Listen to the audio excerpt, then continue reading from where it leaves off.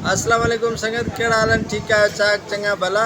सॼो ख़र्च शहबाज़ हुकूमत जो ज़रदारी हुकूमत जो पाणीअ में चवंदा आहिनि पैसा ई पाणीअ में हलिया विया आहिनि ऐं हाणे पाणीअ में जॾहिं निकिरनि फ़ैसिलो सुप्रीम कोर्ट करे छॾियो ऐं जेको हुकूमत ऐं ॿियनि खे सीटूं जेके अलाट थियूं मख़सूस अक़लियतुनि जूं औरतुनि जूं ऐं ॿियूं जेके निशस्तूं अलाट करे ॾिनियूं वयूं उहो फ़ैसिलो कलदम करार ॾिनो वियो ऐं पेशावर हाई कोर्ट जेको फ़ैसिलो हुयो उहो अॼु सुप्रीम कोर्ट रद्द कयो ऐं 13 रुकनी बेंच जंहिं ते कल्ह इमरान ख़ान बानी PTI अदम एतमाद ज़ाहिर कयो काज़ी फ़ाइज़ ईसा ते अॼु उन जे हक़ में फ़ैसिलो ॾिनो त PTI खे को बि इलेक्शन प्रोसेस खां ॿाहिरि कढी नथो सघे।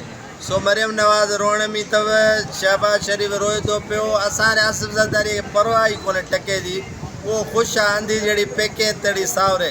सो उन जे लाइ परवाह वारो मरहलो ई कोन्हे को। परेशान थी विया आहिनि नून लीग वारा, उन्हनि खे सुठियूं सीटूं मिलियल हुयूं ऐं मख़सूस सीटूं जेके आहिनि उन्हनि खे अलाट कयूं वयूं मुतहिदा क़ौमी मूवमेंट खे, पीपुल्स पार्टी खे ऐं काफ़ी जेके औरतूं वीचारियूं थियूं MNA ऐं उन्हनि खे सीटूं जेका सुन्नी इताद कौंसिल खां खसे करे उन्हनि खे ॾिनियूं वयूं।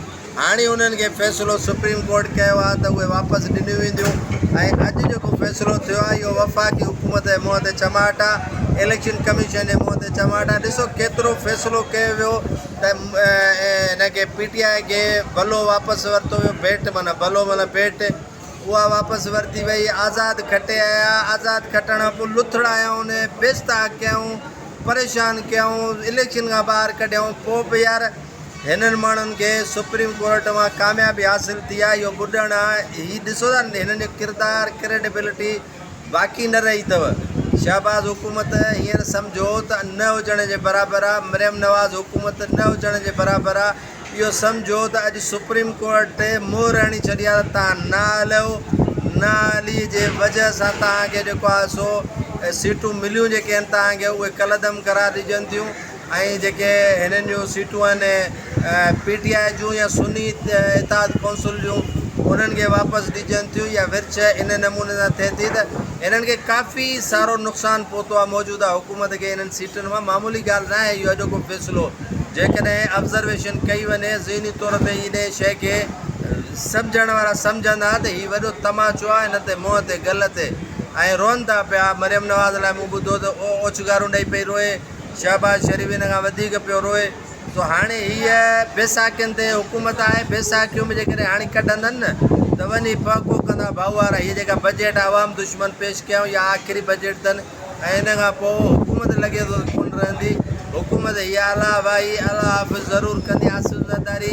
ॾिसो केॾो सियाणो आहे, पहिरियों ई फ़ैसिलो लाहौर में स्पीच करे वियो त तव्हांखां हुकूमत नथी हले त हुकूमत छॾे ॾियो, हुकूमत केराइण ऐं ठाहिणु असांजे वस जी ॻाल्हि आहे। सो उहो हुनखे ख़बर हुई त फ़ैसिलो सुप्रीम कोर्ट जो ऐं हिननि जे हक़ में ईंदो। बहरहाल उहे औरतूं जॾहिं साल खनि या 6 महीना या 5 महीना रहियूं सुप्रीम हिन में असेंबलियुनि में, उन्हनि वीचारनि सां वरी तादी थी, वरी उहे वापसि हली वियूं, वरी उहे मुंहुं ॾिसंदियूं पंहिंजनि मुड़ुसनि जा ऐं अक़लियती जॾहिं करोड़ो रुपया भरे करे इहे सीटूं वरितियूं उन्हनि वीचारनि सां बि ॾाढी जेको आहे जुट थी आहे। सो हुकूमत सां बहरहाल ॾाढी थी अथव जेको आहे सुप्रीम कोर्ट जे अॼोके फ़ैसिले में इमरान ख़ान जी जीत थी आहे, इमरान ख़ान जी पार्टी जी सोभ थी आहे, इमरान ख़ान जे साथियुनि जी सोभ थी आहे ऐं उहा कामयाबी सम्झो त पाकिस्तान जे उन्हनि महरूम तबिके जे लाइ कामयाबी आहे जिन खे कन खां वठी करे ॿाहिरि हुकूमत करण जी कोशिशि कई।